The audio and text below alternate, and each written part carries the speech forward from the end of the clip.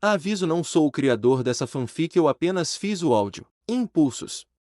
Dedicado a fãs de mangá, anime e romances otaku. Os olhos de Ben se abriram. Por um minuto, ele meio que esperou estar acordando em algum beco ou banco de parque como de costume, então ele viu o teto escuro acima dele. E sentiu os cobertores que havia chutado para o lado enquanto dormia ao redor de onde seus pés estavam.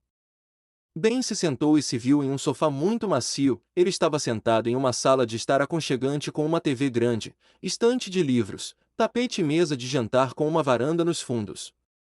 A sala de estar era conectada a uma cozinha com um balcão.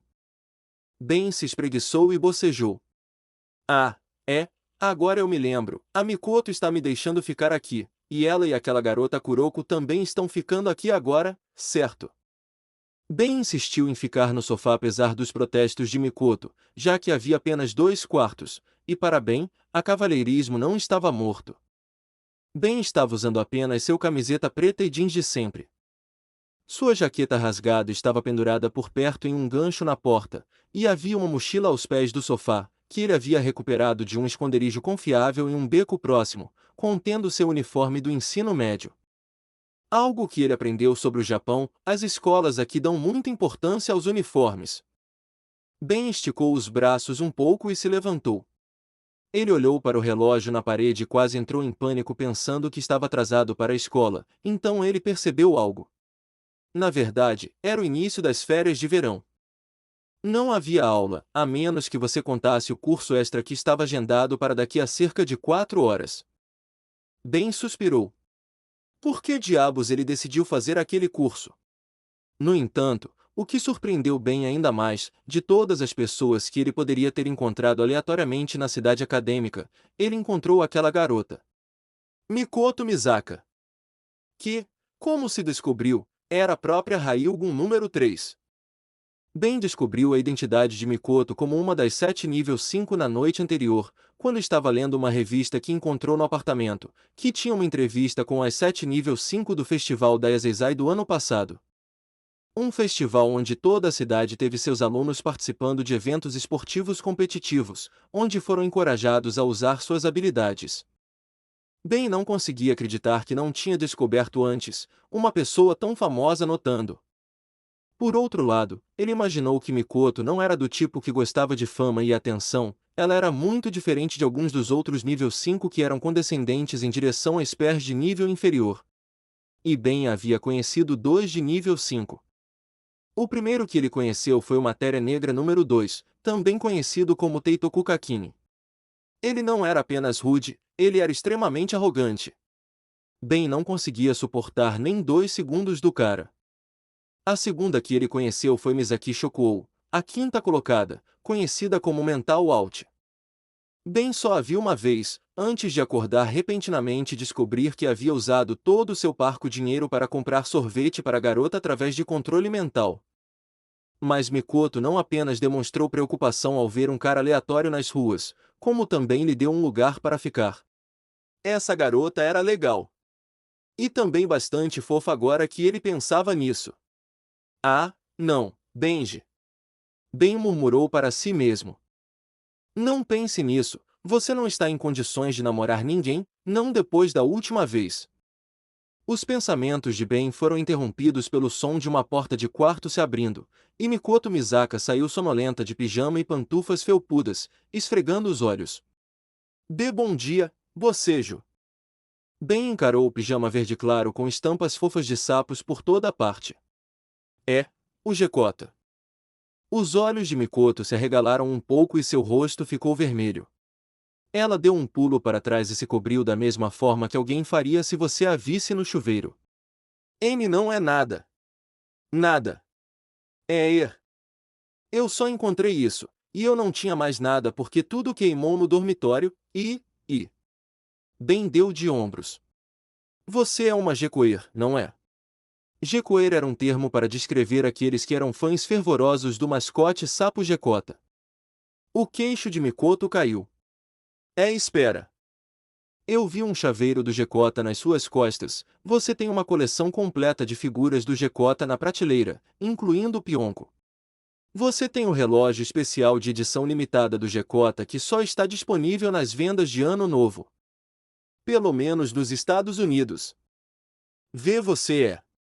Mikoto respirou fundo, como se estivesse se perguntando se ousaria perguntar. O 1. G.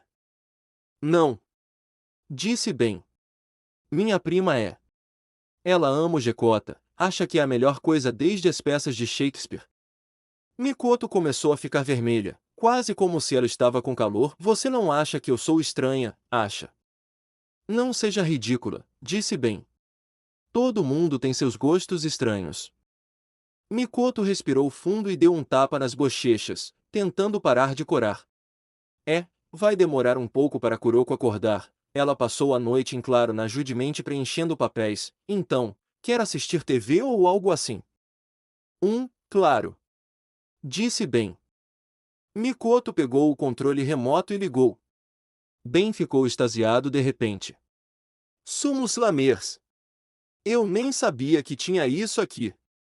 Eu nunca consegui achar o canal. Anime TV, disse Mikoto. Passa toda quarta-feira. Ben se arrastou animadamente pelo tapete para assistir à tela. Por um momento, ele pareceu absolutamente radiante, depois, ficou triste. Droga, é um episódio novo, e está dublado em japonês, droga. Mikoto riu. Nossa, você sabe que só existem 3 canais em inglês na cidade acadêmica, né? E todos são canais de notícias. Eu assisto TV na loja de eletrônicos, disse Ben. Sem teto, lembra? E eu estava esperando acompanhar o arco atual da história. Mikoto observou Ben por um minuto. O que havia nele? Até mesmo seu amor imaturo por um personagem de desenho animado gordo lutando contra demônios metamorfos, que o tornava tão, como ela deveria dizer. Mikoto foi repentinamente interrompida por um anúncio. Na tela da televisão, estava a imagem de um Gekota vestindo um kimono vermelho de festival da primavera, completo com uma máscara kabuki de festival. Mikoto sentiu um pouco de saliva escorrer da boca enquanto encarava o anúncio. Como você provavelmente sabe, dizia o anúncio. Esta nova pequena edição da franquia Gekota é de edição limitada. Há apenas 500 unidades em estoque na mega distribuição localizada no shopping subterrâneo da cidade acadêmica.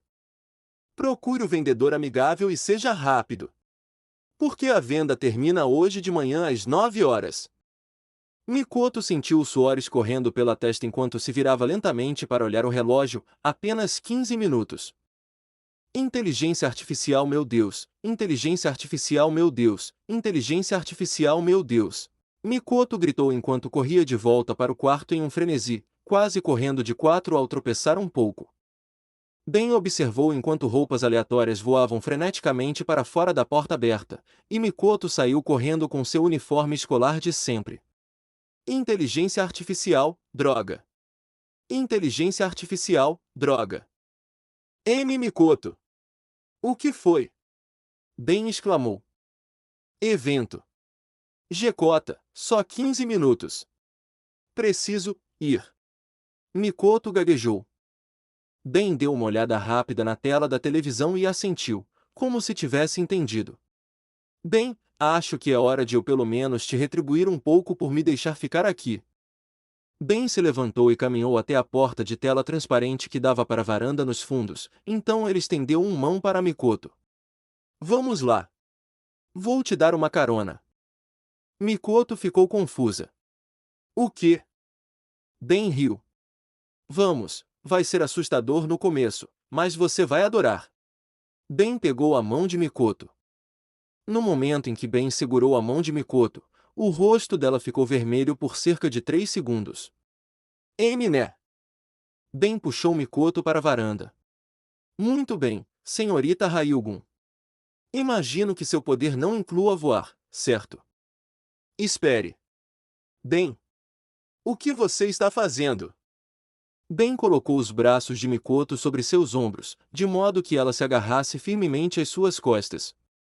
Segure-se o mais forte que puder, e não se preocupe.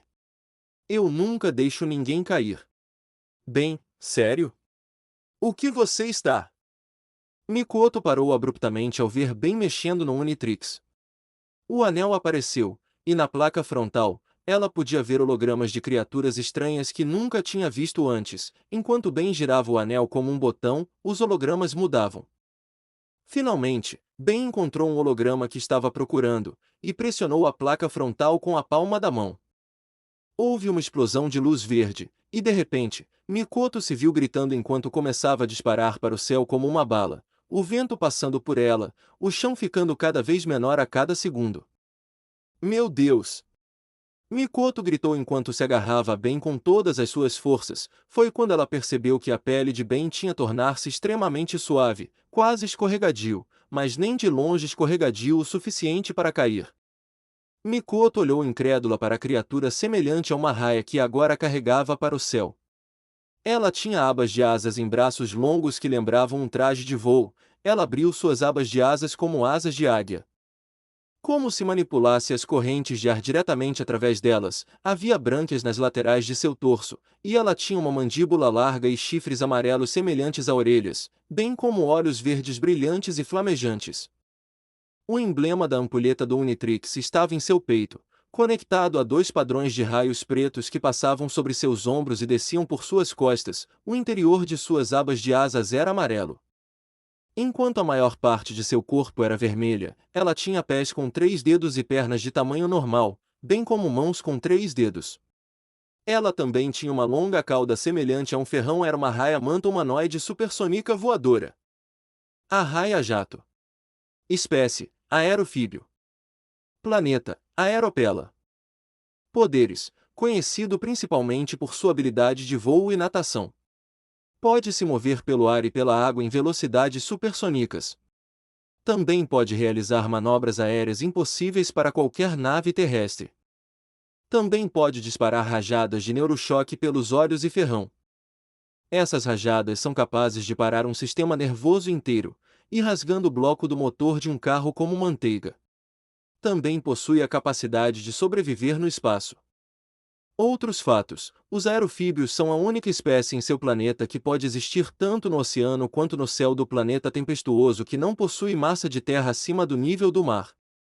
Como resultado, eles frequentemente servem como diplomatas entre as outras raças celestes e oceânicas que compartilham o planeta.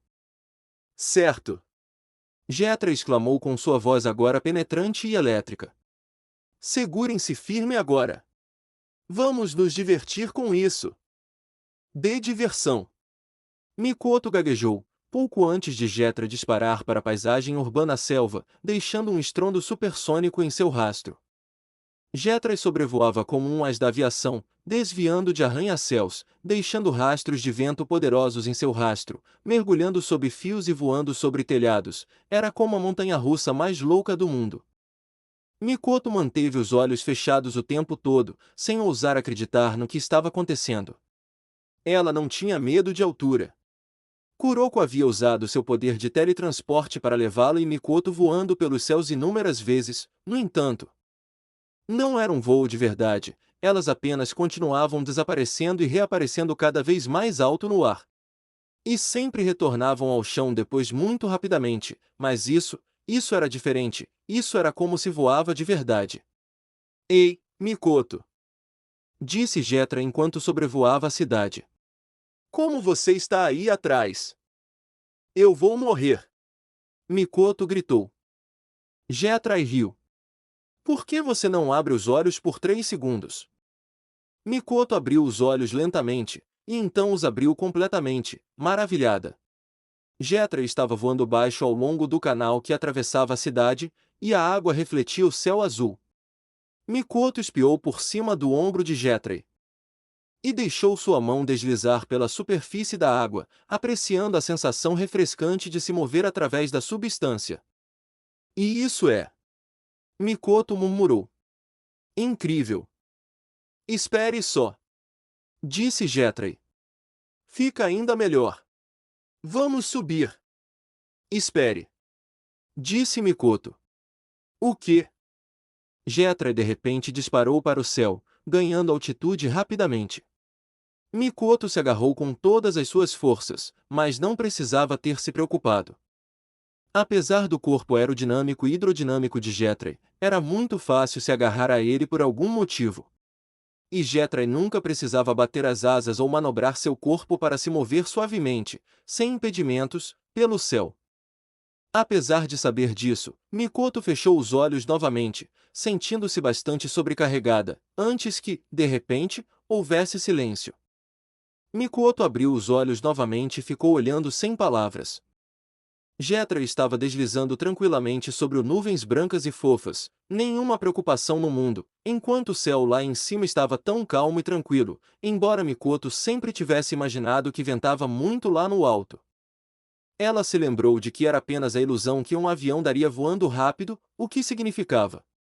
Jetray estava voando bem devagar no momento, apenas deslizando, como uma pipa tranquila.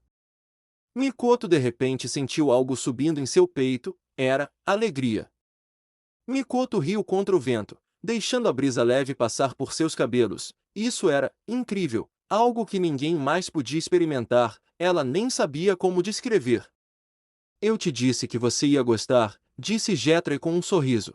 Mikoto sorriu para o alienígena. Agora que era apenas um voo tranquilo, ela pôde apreciar como o corpo de Jetray era leve e suave, fazia-a se sentir tão sem peso, era quase como se ela estivesse voando.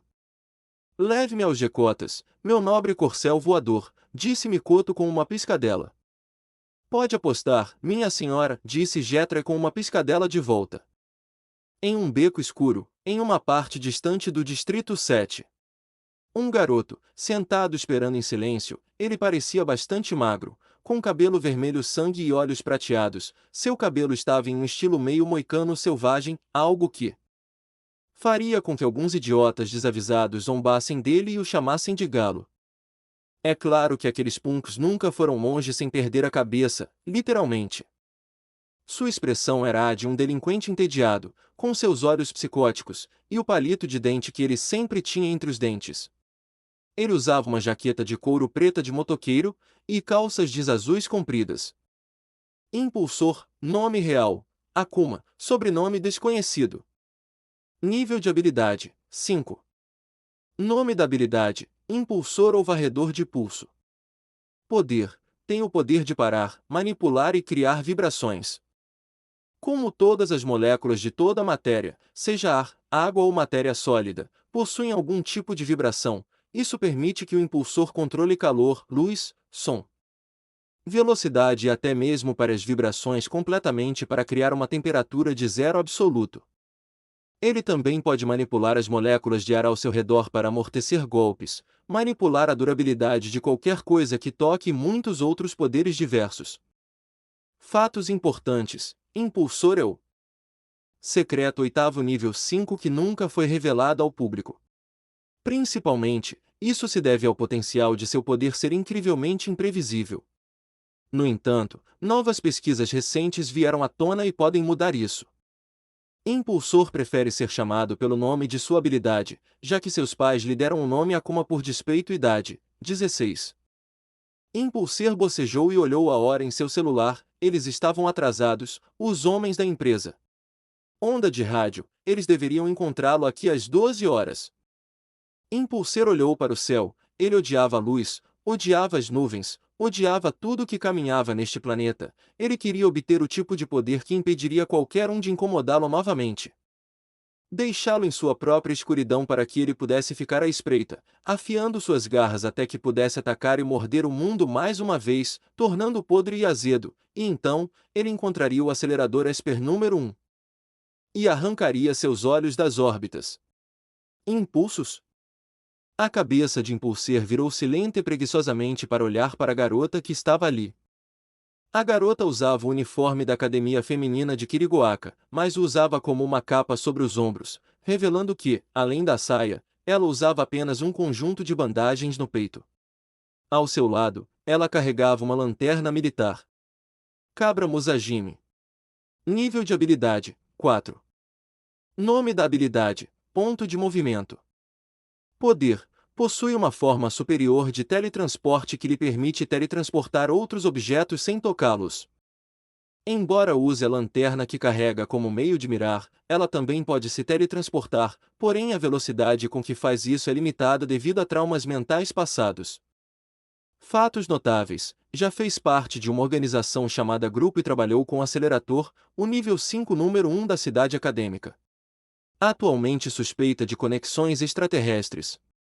Não se sabe se a própria pessoa está ciente de suas conexões com os extraterrestres mencionados. Ah, é você de novo, disse Impulsor.